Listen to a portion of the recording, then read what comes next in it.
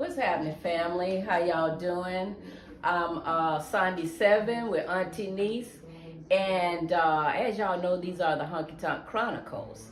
Today I'm going to do a little interview with a couple of my family members here that is into entrepreneurship. And we want to start a series for you guys talking about finance. And we're kicking it off today with talking about how to be an entrepreneur. What is an entrepreneur? What skill sets should you have or display as an entrepreneur? And if you are an entrepreneur, what are you looking for in a partner? What are those skills a partner should possess? Because as you know, when you decide to go into business with someone, you want them to be just as aggressive, just as hungry, just as dedicated as you are. And so we're going to get into a little bit of that today. So y'all just hang around. And if you haven't, make sure you hit that subscribe button, hit that thumbs up button, share the video afterwards with your friends. And with that, let's get started, y'all. All right. Well, welcome. How you doing, Ben? I am good. All right. As y'all know, Ben, he has his own fitness business, and he's an entrepreneur at heart, if y'all didn't know that.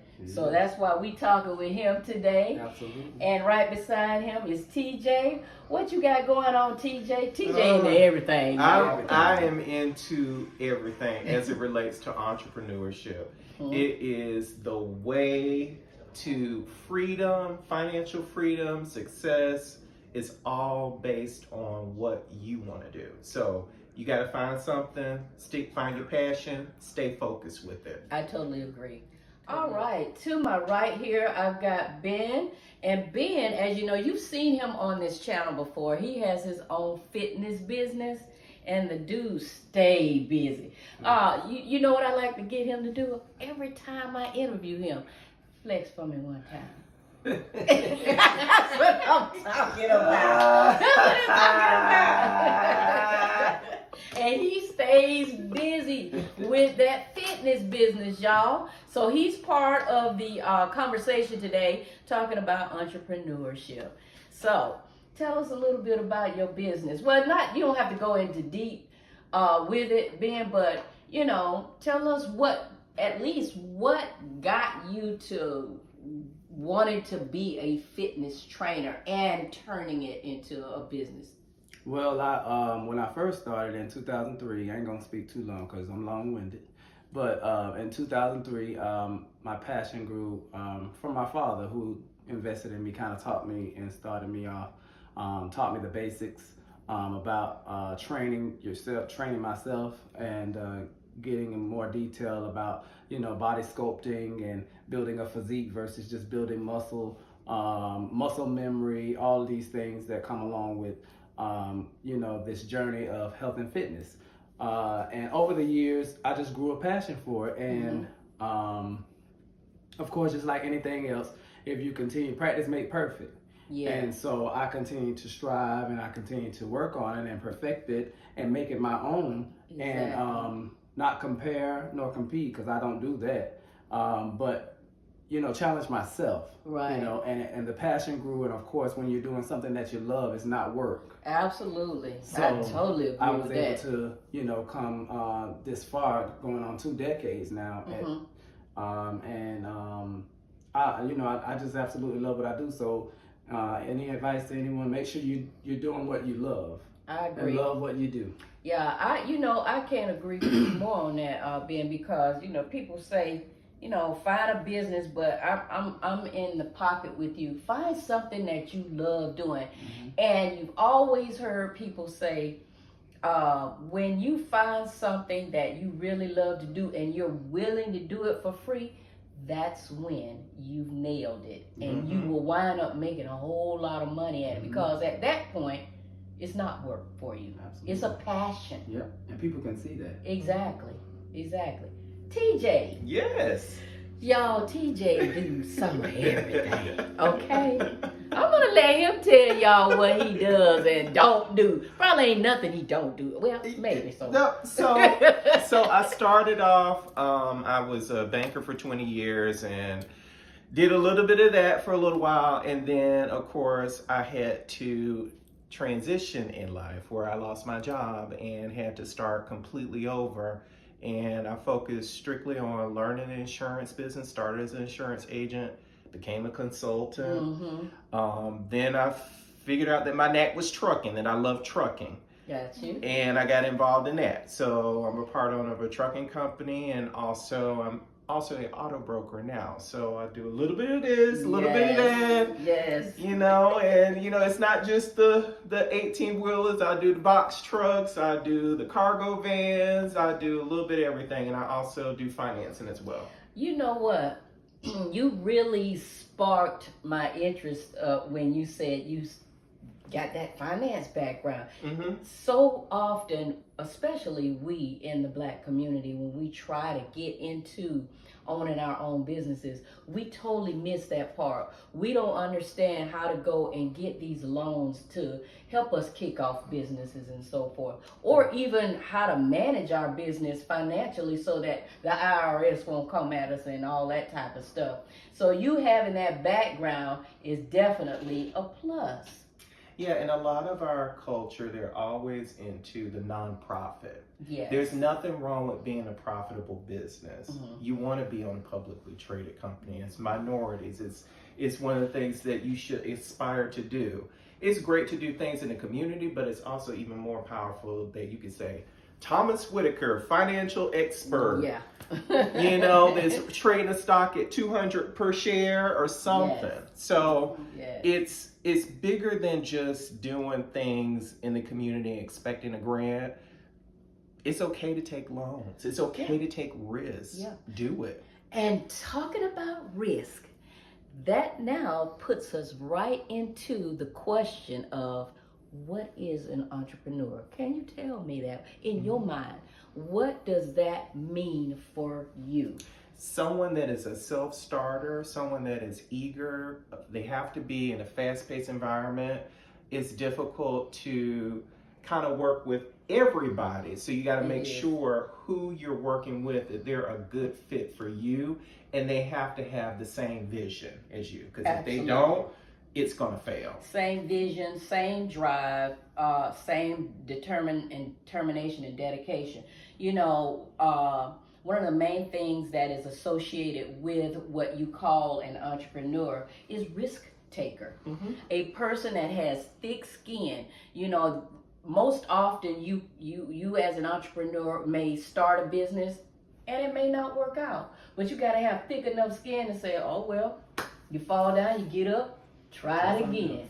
You know, and that's what entrepreneurship is really all about. You've got to be that person that knows how to organize, manage said business or businesses or enterprises, you know, and be willing to take that gamble. Absolutely.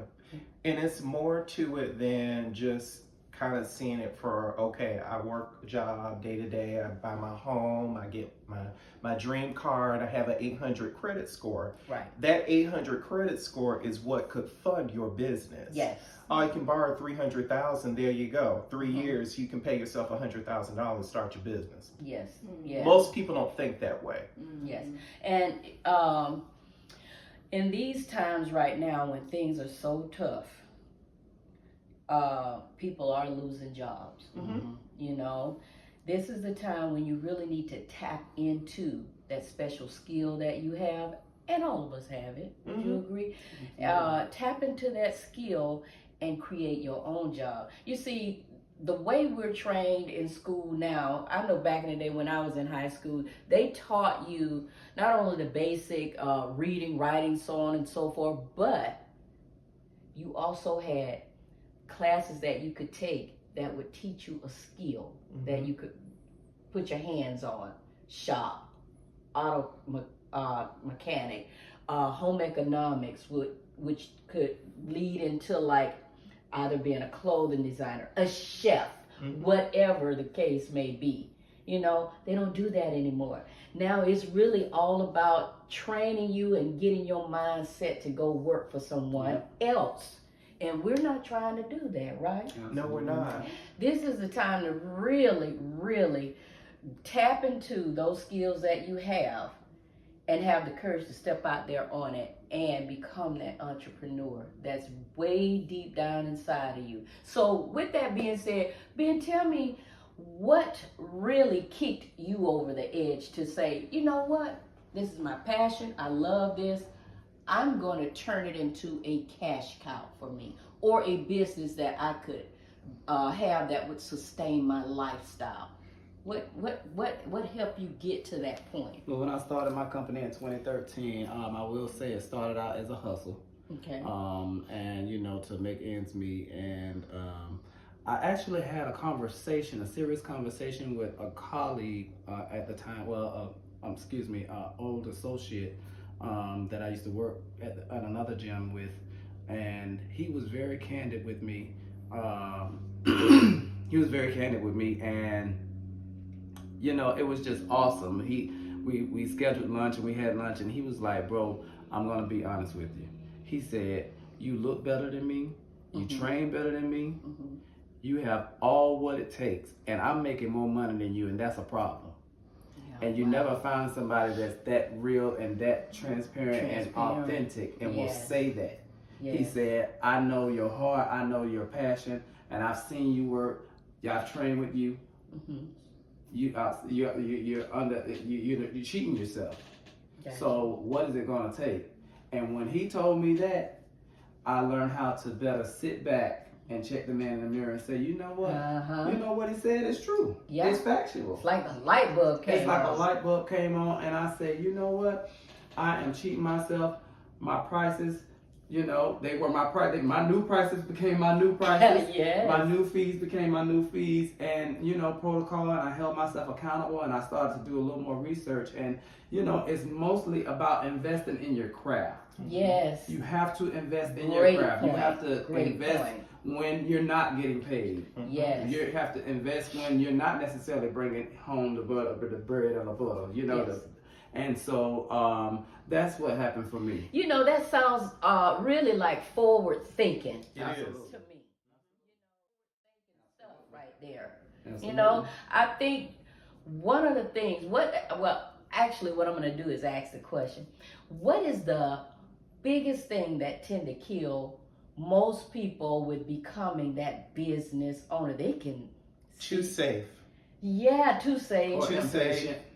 Procrastination, you know, I'm gonna do it. Well, get up and do it already. And comparing yourself. Yes.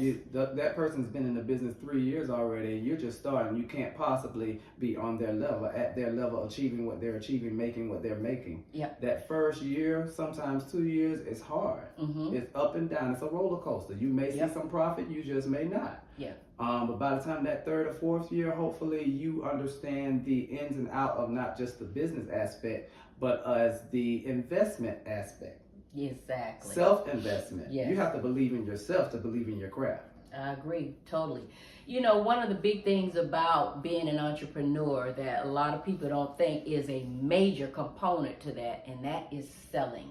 Tell me about selling. Selling, you must sell every single day. It's like networking. You go out there, you meet people, whether you meet them at the gas station, the grocery store, you should be a walking brand for your business. Absolutely. If you're not going to get the referrals. That's basically how I do what I do. It's based on referrals. So get out there, get excited about your business, and sell it every day. Absolutely. I agree. You know, I've run into many people that's in the selling industry, be it, you know, be a car salesman, you know, retail, whatever. When they are good at selling, they make good money. You have to sometimes really have that gift of gab to get into it. But to your point, it's all about your brand. You got to promote it by way of mouth, your actions, everything you do. You're a walking billboard for your business. And I'm a believer of that, because that's one of the things I had to do for insurance, because I didn't start out being great. I mean, a lot of my business is based on referrals, and it's based on me being available. People like that they can get me at any given time. Gosh, being accessible is huge. Yes, availability. Yes, because have you ever saw something that you liked, be it on some channel or whatever, and you try to reach out to the individuals and they never call you back, they never respond to your email, whatever type of communication you send them. So to your point about availability, you have got to be able to respond to your customers or potential customers or clients. That Absolutely. is so important. Just like today's Sunday. I don't work on Sundays generally, but one of my clients has been with me since day one. She reached out to me. My insurance premium is going up, TJ. What do I need to do? I responded back to her. She said, okay, no problem. Just let me know tomorrow. No big deal. But if you don't do that, and you want to make money, you're going to find it hard if you're not putting yourself out there and making yourself available for people. Yep, absolutely. And that's what people, they look for, your response time. They want to know how responsive you are. And, you know, it's kind of cliche-ish to say, but good customer service skills are imperative. People want you to be a good customer service person. You know, and I know when you hear the word customer service, it has this bad omen or whatever you want to call it. Absolutely. Attached you know to that they take to the phone, you calling it, talk about a bill or somebody's personal stuff. It's not that. Customer service is just in your day-to-day, every day. Correct. Even when you go to Starbucks, Dunkin' Donuts, to the gas station, the lady at the gas station, every time I see her, she say, hey, honey, how's it going? Yes. Just a little small little nugget like that Make you feel is important. huge. And she probably tells everybody behind me the same thing, but I still feel good when I hear her say that. Because she's acknowledging you, and that makes you want to come back there. Because and I go for, like, anytime I see her in line, I'm like, I'm going to her. Well, great. So, tell me a little bit about partnering. Okay, so I'll go first. Okay. For me, for partnership, I look for someone that is very disciplined, very focused on, they have to learn the business just like I do. If I'm up in the wee hours in the morning, I'm kind of expecting the same thing from my business partner. So I want to be able to say, hey, Sandra, here's what's going on today. And I can reach out to them. And the other thing too is you got to really be willing to accept not everyone is going to get there at the same time. True. So if you aren't explaining it clearly, you have to slow down. So those are my two biggest things. Got you. You said something about, you know, wee hours of the night. If you're working wee hours of the night to find ways to make that business grow or be successful, that's called sacrifice. It is. You know, and with entrepreneurship, it is a lot of sacrifice, isn't it? Tell me about some of that sacrifice, Ben. Early mornings, late nights, you know. It's very imperative that you communicate as well. Well, let me start off with as far as sacrifices, you have to sometimes get up, you have to treat one client as if you have 10 clients. Yes. It's been times where I've only had 5 clients, and it's been times where I've had as many 19 at one time. But I have to still get up, smile, and those early mornings and make sure I am delivering. Yeah. And it's a sacrifice a lot of times mentally, because it's like, well, you know, you have those questions of what's happening and all that kind of thing.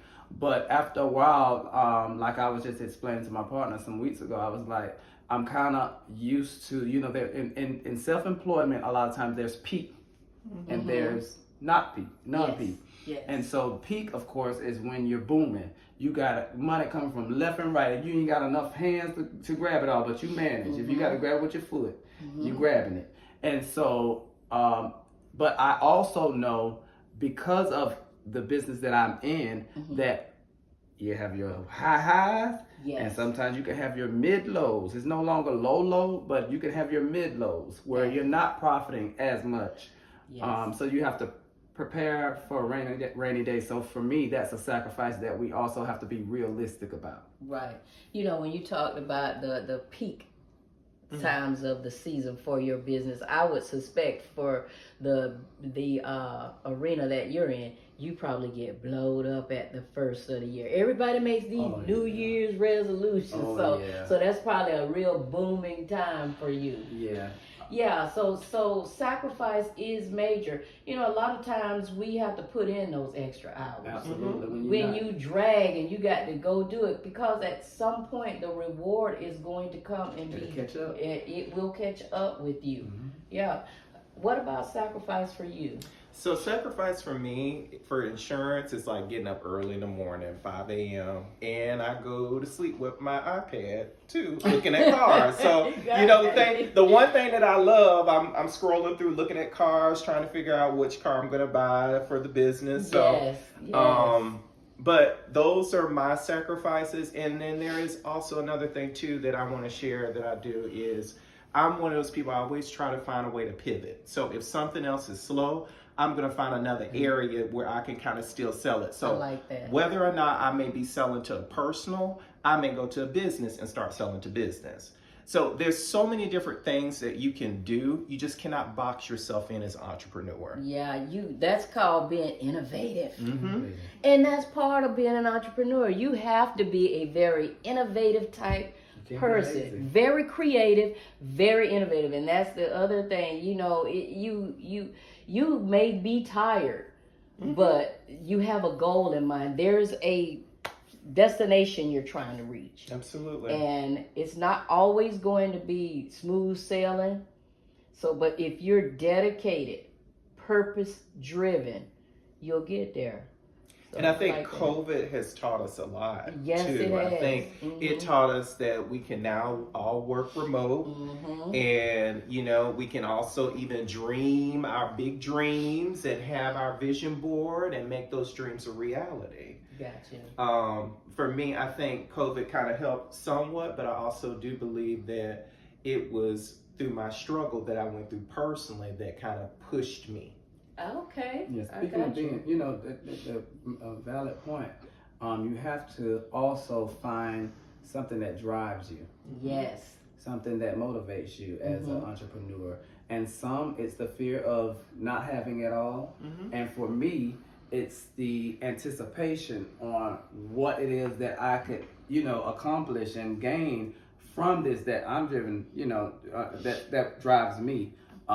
So we have to find whatever it is that works for us, that motivates and drives us as entrepreneurs, because the money may not always be there to drive you. Right. So you have to find something that's sustainable and that's going to actually stay and you know, motivate you, like I said, and drive you, you know, to persevere. Yeah. You know, when you talk about sustainable, keeping something or embarking upon something that is going to be able to sustain you, the way I interpret that is as finding a need and filling it. Absolutely. Because that's really what it's about. When you go and find that need, because it's always a need out there, and if you're creative enough to find a way to fill that in just that special way, you hit the jackpot.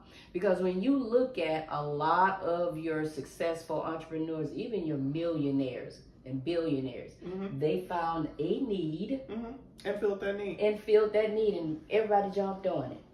And the one thing that you will always see about most millionaires is they didn't start with just one job. Like, there's no, oh, I'm going to become the CEO of this company. Yeah. It's not going to happen, people. It's not. Tell them again. It is not going to happen. If you think that you work 30 years at one job, you're going to become the CEO, it's not going to happen. I hate to break it to you. So you got to learn to find a business. Yes. That way you can become a CEO. Yeah, it's about being self-employed. That's the only way you're going to make and earn what you're truly worth. Absolutely. You will never get that working in corporate America or for someone else. They're going to give you the same thing every year. Ooh, you did a great job, Thomas, but you know what? you missed the day yesterday, so I'm going to have to give you 2%. The next year, I'm going to give you 4%. How many times y'all done heard that? Oh, too many times, man. And Yeah, and what in the world is 2, 3, whatever going to do for you? Nothing. You know, so yeah, you find that need and you become a self-made person. Absolutely. Okay? So I love it when you say it's not going to happen. It is not going to happen. But in that same vein, y'all, let's talk about the whole fear of letting go. I'll go first. That's probably something I'm still kind of struggling with. So am I. So, you know, I know that at some point of my career, I will have to make a decision whether I'm still going to work in corporate America and fully be a full entrepreneur. Not there yet, but I have a plan. Yes. So I wrote my plan out, and I'm very strategic when it comes to that plan. So the plan is 1 year at a certain number. When I see that number, deuces. Deuces, yes. I know. But Ben, look, hats off to you. You started out saying, I'm stepping out there. Yeah. I will say I'm a different breed, and I know that's probably cliche, but I really am. Trust me. So I can't. What motivated me and what made me decide that I was going to really stay in this entrepreneurship thing is I love the freedom.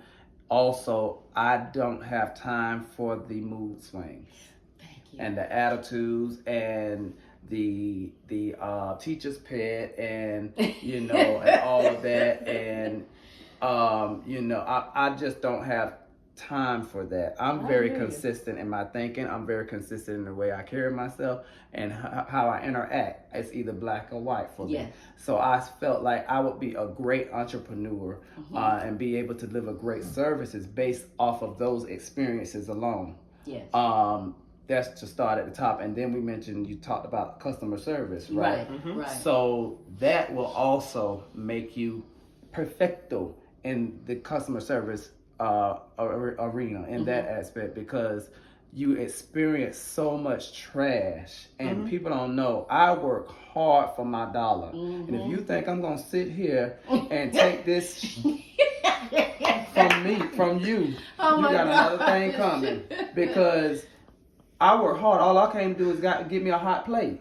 And you act like somebody just, I don't know, just took everything from you. I don't even know you. Well, that's part of it. And so that has also made me sit and think to myself, I will not deliver this type of service. I will not have this type of name for myself. My brand will not look anything like this. Anything like this. I'm a total different person when I'm working. I do not argue with my clients. I respect them, I talk to them, and I treat them as adults. There you go. Respectfully. But also, I set boundaries with them, and they respect those boundaries because we have an understanding. Well, you know what? You really hit on something there, because in corporate America, you do have to deal with that. You do. But when you're running your own, you have the say. Yeah. So I was in totally corporate agree. America and my mouth got yummy. And I didn't last very long. Amen. And it's okay. Because it pushed me right on into something else, where I was supposed to be. I hadn't really thought of I was probably 27 at the time. I had thought of entrepreneurship because I wasn't taught it. So it wasn't a thought of mine. But it was a longtime friend that's still one of my best friends today. He can vouch, that spoke into my life, and he said, you need to go back to training. What your daddy taught you. That was nothing but God spoke to him and spoke to me. And I did just that. And when I took off, it took off. All right. You understand? So sometimes you have to be open to adhere. Whatever your belief is. I don't want to offend anybody. Right. But for me, it's Jesus. And you have to have an opening ear and an opening heart, because it'll come in the least expected form. Right. You know, and unexpectedly. you know, you just going for a cup of coffee, like you said. Now tell me, and we're just talking about now, because we kind of touched on this earlier about tapping into that inner thing that's already speaking to you. Mm-hmm. That was probably speaking to you anyway, but you got confirmation Yeah. when this individual came your way. It gave you it boosted faith and confidence. More so anything than faith. For our believers out there, it's faith. You really have to. It's faith, because a lot of times you can't see anything but just that faith, and it looks like nothing. Yeah. A lot of times at the beginning, it looks like nothing. But one thing I like to call it crumbs. God has. I feel like there's always been crumbs. Every step you take, there's crumbs and